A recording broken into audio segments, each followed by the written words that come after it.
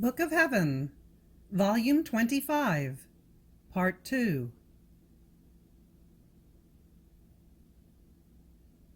October 17th, 1928. How each truth of the Fiat possesses an enchantment over the human will. The War of the Fiat.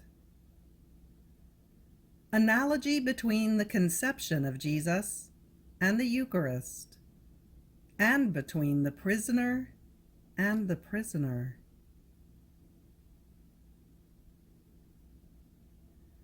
My poor mind wandered in the divine volition.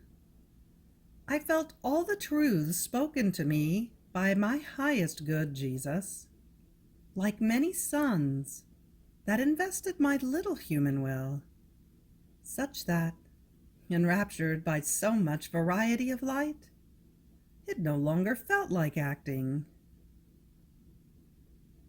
And my highest good, Jesus, moving in my interior, told me, "My daughter, each truth I have manifested on my divine will is not only a divine life that I have issued from myself, but it possesses a sweet enchantment to enchant the human will, that enchanted by mine will feel itself under the enchantment of an inactivity, and will give free field of action to my divine will.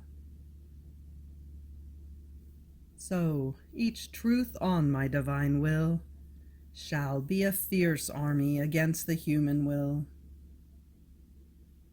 But do you know what it will be fierce with? With light, with strength, with love, with beauty, with sanctity, to wage war on the human will by means of all these weapons. The human will, before all these weapons, will undergo a sweet enchantment, and will let itself be conquered by the divine fiat. Therefore, each additional knowledge on it is a greater enchantment that the human will shall undergo. It can be said that all the truths I have told you about my divine will are as many paths in order for it to make its way into the human will, that shall first prepare and then form my kingdom in the midst of creatures. Now, just as each truth possesses an enchantment, so each act done by the creature in my will is an encounter that she has with my volition, to receive all the strength of this divine enchantment. So, the more acts of my will she does, the more human ground she loses, acquiring the divine. And if she plunges all of herself into it, the only thing left to her shall be to remember that she has a will, but that she keeps it at rest and enchanted by the divine will. After this, I continued my acts in the divine fiat, and following its acts, I was accompanying the conception of Jesus in the maternal womb. And Jesus, moving in my interior, told me, "My daughter, how much analogy exists between the conception I did in the maternal womb and what I do in each consecrated host. See, from heaven I descended to conceive in the womb of my celestial mamma. From heaven I descend to be consecrated, hidden within the veils of the species of bread In the dark, immobile I remained in the maternal womb. In the dark, immobile and made even smaller, I remain in each host. Look at me. I am here, hidden in this tabernacle. I pray, I cry, and I make not even my breath heard. Within the sacramental veils, my very divine will keeps me as though dead, annihilated, restricted, compressed, while I am alive and give life to all. O abyss of my love, how immeasurable you are! In the maternal womb, I was loaded down with the weight of all souls and of all sins. Here, in each host, small as it is, I feel the enormous weight of the burden of the sins of each creature. And while I feel crushed under the enormity of so many sins, I do not tire, because true love never tires, and wants to win with the greatest sacrifices. It wants to expose its life for the beloved. This is why I continue my life, from the moment I conceived up to my death, in each sacramental host. Now I want to tell you of the pleasure I feel in having you near my tabernacle, under my sacramental gazes, and the analogy that exists between me and you. See, I am here, hidden under the empire of my divine will. Ah, it is my will itself, its power, that contains the prodigy of hiding me in each host with the consecration. You are in your bed, only by the empire of my Fiat. Ah, it is not corporal maladies that keep you hampered. No, but it is my will alone that wants it so. And making a veil of you, it hides me, and forms for me a living host, a living tabernacle. Here in this tabernacle, I pray continuously. But do you know what my first prayer is? That my will be known, that its rule that keeps me hidden may rule over all creatures, and may reign and dominate in them.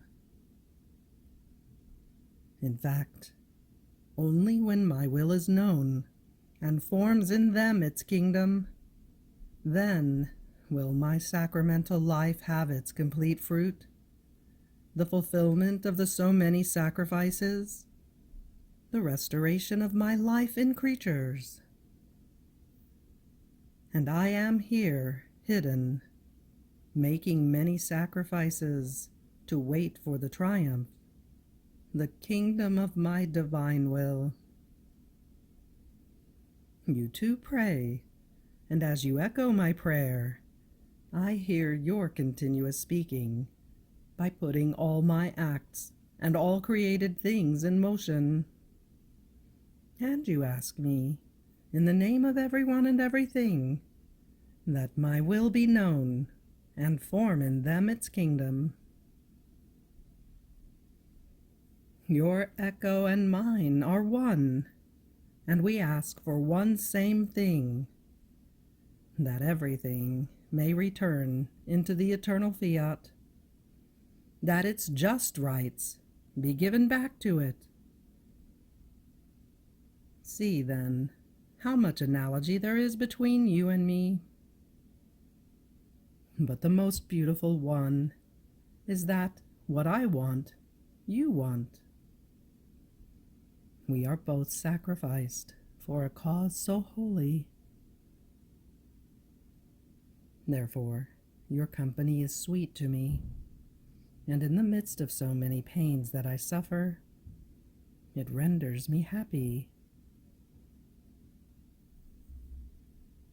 October 25th, 1928. The soul who lives in the Fiat makes all the divine works arise and puts them all in the field. Example: the welcomed one of the Celestial Father. I feel my little and poor mind as though fixed in the divine Fiat. I feel all the strength of the sweet enchantment of the light of its truths, the enchanting scenes of all the prodigies and varieties of beauties it contains. And even if I wanted to think about something else, I lack the time to do it, because the sea of the divine volition murmurs always, and its murmuring deafens and strikes dumb all other things, and keeps me plunged into its sea, to murmur together with it. O power, O sweet enchantment of the eternal volition, how admirable and lovable you are! And so I would want everyone to murmur together with me. And I prayed the Sovereign Queen to give me the murmuring of her love, of her kisses, so as to give them back to Jesus, because I had received communion, and I felt that, in order to please Jesus, I wanted to give him the kisses of his mamma. And my always lovable Jesus, moving and making himself felt in my interior, told me, "My daughter, everything that the Queen of Heaven did is all in that divine Fiat that she had the glory, the honor to possess. It can be said that all of her acts are enveloped within the endless sea of the divine volition, and swim in it like the fish swim in the sea. And the soul who lives in it makes arise not only all the acts of my celestial mamma, but she makes arise again and puts in the field all the works of her Creator. Only one who lives in my will can sit at the divine table, can open all his treasures, can enter into the sacrarium of the most intimate secrets of the divine hiding places, and, as the owner, takes them and gives them back to her Creator. And oh, how many things she puts in motion! She makes them arise, and places all the divine works in attitude. And now she plays a divine melody. Now she performs a scene of the most beautiful and touching. Now she puts all of his love in motion, and making it arise again, she forms an enchanting scene, all of love, for her Creator. So she is the renewer of all joys and happinesses for her Creator. See, as you wanted to give me the kisses of the Queen Mamma, you put them in motion, and they ran to kiss me. It happens to one who lives in my divine will, as to someone who entered into a royal palace, and the king, who lives in it, has music concerts, objects with which to form the most beautiful scenes, and works of art of varied beauty. Now, the person who enters sits at the music concert and plays. Attracted by that sound, the king runs and goes to listen to the sonata. Then, seeing that the king enjoys it, that person moves on and puts the objects in motion, putting the scene in action. The king remains enraptured, and even though he knows that those are his own things, yet it was that person who put them in motion in order to give him pleasure. So it is for one who lives in my divine Fiat. She enters into the royal palace of her celestial Father, and finding many varied beauties, she puts them in motion to gladden, delight, and love he who let her in. And since there is no good that my eternal volition does not possess, there is no joy, love, glory that the soul cannot give to her Creator. And oh, how pleasing she is to us, as we see this fortunate creature in our royal palace of our divine volition, who wants to take everything, wants to put everything in motion, wants to touch everything. It seems that she is not content if she does not take everything in order to give us everything, to make feast for us and renew for us our joys and happinesses. And we, in seeing her, welcome her, and we ourselves say to her, "Dearest daughter, hurry, hurry, play for us a little divine sonata of ours. Repeat for us a touching scene of love. Renew for us our happiness." And she renews for us now the joys of creation, now that of the sovereign queen, now that of redemption. And she always ends with her and our pleasing refrain, "Your will be known and reign on earth as it does in heaven."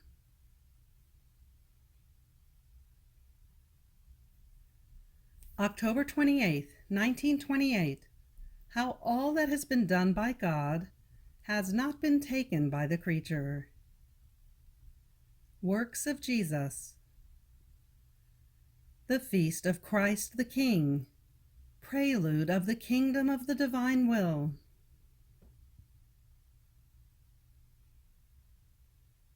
I was continuing my round in the divine volition to follow all of its acts, and my sweet Jesus, making himself felt in my interior, told me, "My daughter, all that has been done by our divinity, as much in creation as in redemption and sanctification, has not all been absorbed by the creature, but is all in my divine will, in waiting, to give itself to creatures.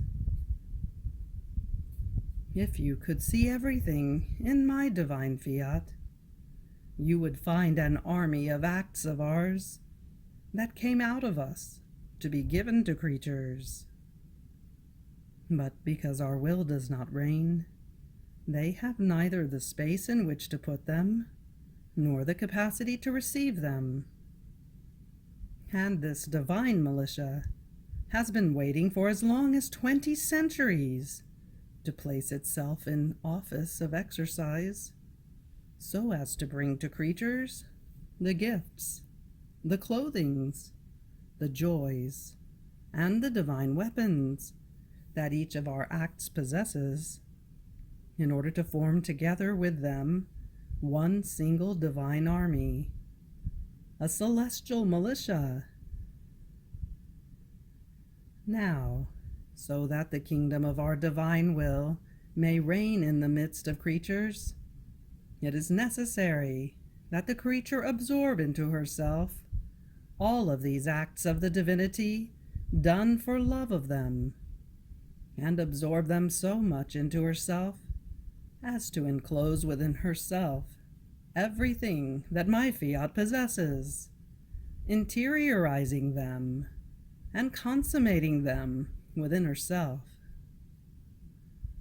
So, my divine will, consummated within the creature, will make this whole divine army re-enter into her. All of our acts that came out of us for love of them in creation, redemption, and sanctification will re-enter into creatures, and my divine will, re-entered and consummated within them, will feel triumphant and will reign, dominate, together with our divine army. This is why I do nothing but make you sip, continuously, everything that was done by us, and that is done in creation, redemption, and sanctification, so as to be able to say once again, as I did on the cross, I have consummated everything. I have nothing left to do in order to redeem man. So shall my will repeat. I have consummated it in this creature, in a way that all our acts have been enclosed in her. I have nothing left to add. I have consummated everything, so that man might be restored, and the kingdom of my divine will may have its life and its regime on earth as it does in heaven. Oh, if you knew how many works I am doing in the depth of your soul in order to form this first kingdom to my divine will. In fact, once I have done the first, from one creature it will pass on to the next, in such a way that my kingdom will be populated more than all others. Therefore, my love in forming this kingdom of mine is so great that in the soul in whom my divine volition must reign, I want to enclose everything that I myself did in redemption, what the sovereign queen did, adding what all the saints have done and do. Nothing must be lacking in her of all our works. And in order to do this, I put the whole of our power, wisdom, and love in motion. After this, I was thinking about today's feast, that is, the feast of Christ the King. And my sweet Jesus, moving in my interior, told me, "My daughter, the Church does nothing but intuitively grasp what she must know on my divine will and how its kingdom must come. Therefore, this feast is the prelude of the kingdom of my divine fiat. Indeed, the Church is doing nothing other than honoring my humanity with those titles that by right are due to it. And when she has given me all the honors that befit me, she will move on to honor and to institute the feast to the kingdom of my divine will, by which my humanity was animated. The Church proceeds step by step, and now she institutes the feast to my heart. Now she consecrates the century in all solemnity to Christ the Redeemer. And now she moves on with greater solemnity to institute the feast to Christ the King. Christ the King means that he must have his kingdom. He must have peoples worthy of such a king. And who will ever be able to form for me this kingdom, if not my will? Then, yes, will I be able to say, I have my people. My Fiat has formed it for me. Oh, if the leaders of the church knew what I have manifested to you about my divine will, what I want to do, its great prodigies, my yearnings, my sorrowful heartbeats, my anguishing sighs, for I want my will to reign, to make everyone happy, to restore the human family.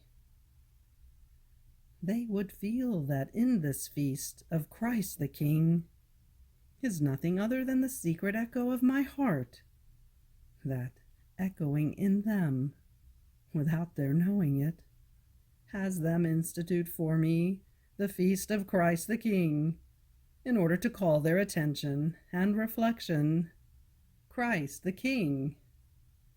And his true people, where are they?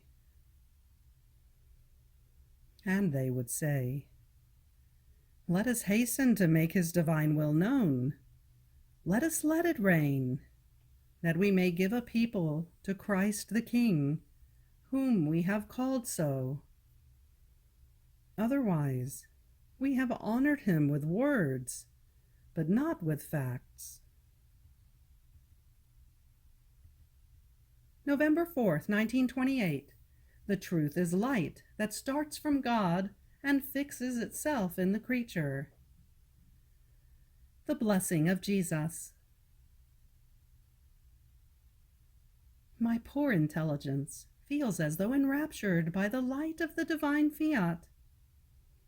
But this light brings not only heat and light, but is bearer of life that, centralizing itself in the soul, forms her own light and heat within her. And from that center, the divine life is reborn. How beautiful it is to see that the light of the eternal volition has the virtue of making the life of her Creator be reborn in the heart of the creature. And so many times, for as many times as this divine will bends down to make known to the creature more of its manifestations that pertain to it. Then, while my mind was wandering in this light, my sweet Jesus, moving in this light, as it seemed he was as though sunken inside of it, told me, my daughter, for as many truths as I have manifested to you about my divine will, so many lights have unleashed themselves from our divine womb, and have fixed themselves in you, but without detaching from the center of your Creator.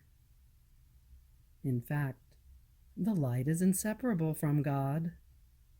It communicates itself, it fixes itself in the creature, and it never loses its center from which it came out. How beautiful it is to see the creature, with all these lights fixed in her, that have the virtue of making he who created her arise again in the creature. And so many times, for as many truths as are manifested to her. And since what I have manifested to you on my divine will are innumerable truths, so many that you yourself cannot count them all, many lights, that is, many luminous rays, are fixed in you, that descend from God, but without detaching from its divine womb. These lights form the most beautiful ornament in you, and the greatest gift you could receive from God. In fact, since these truths are fixed in you, they give you right over the divine properties, and so many rights, for as many truths as I have manifested to you. You cannot comprehend the great dowry you have been endowed with, by God, with these truths, that like many lights are fixed in your soul. The whole of heaven is amazed at seeing so many lights in you, all pregnant with many divine lives. And as you communicate them to other creatures, this light winds its way. It fixes itself in other hearts, but without leaving you, and forms the divine life wherever it reaches. My daughter, what great treasure has been entrusted to you, with so many truths I have told you on my divine will. A treasure that has its source in its divine womb, and that will always give light without ever ceasing. My truths are more than sun, that gives light to the earth, invests it, fixes on it, and in fixing on it, it gives birth, on the face of it, and for each thing, to the effects and the goods that its light contains. But jealous, it does not detach its light from its center, and this is so true that, as it moves on to illuminate other regions, the earth remains in the dark. On the other hand, the sun of my truths, while it does not detach from its center, fixing itself in the soul, forms in her the perennial day. After this, benediction was given with the most holy sacrament, and I prayed him from the heart to bless me. And Jesus, moving in my interior, echoing what Jesus in the sacrament was doing, raised his blessed right hand in the act of blessing me, and told me, "My daughter, I bless your heart, and I seal my divine will in it, so that your heart, united with my divine will, may palpitate in all hearts, so that you may call all hearts to love it. I bless your thoughts, and I seal my divine will in them, that you may call all intelligences to know it. I bless your mouth, so that my divine will may flow in your voice, and you may call all human voices to speak about my fiat. I bless all of you, my daughter, so that everything may call my divine volition in you, and you may run to all in order to make it known. Oh, how much happier I feel in operating, praying, blessing in one in whom my will reigns. In this soul I find my life, the light, the company, and everything I do arises immediately, and I see the effects of my acts. And I am not alone if I pray, if I operate, but I have company, and one who works together with me. On the other hand, in this sacramental prison, the accidents of the host are mute. They say not a word to me. I do everything on my own. I feel not a sigh that would unite to mine, nor a heartbeat that would love me. On the contrary, there is the cold of a sepulchre for me, that not only keeps me in prison, but buries me, and I have no one to whom to say a word, nor anyone with whom to pour myself out, because the host does not speak. I am always in silence, and with divine patience I wait for hearts that receive me, so as to break my silence and enjoy a little bit of company. And in the soul in whom I find my divine will, I feel myself repatriated in the celestial fatherland. You have reached the end of the Book of Heaven, Volume 25, Part 2. Fiat.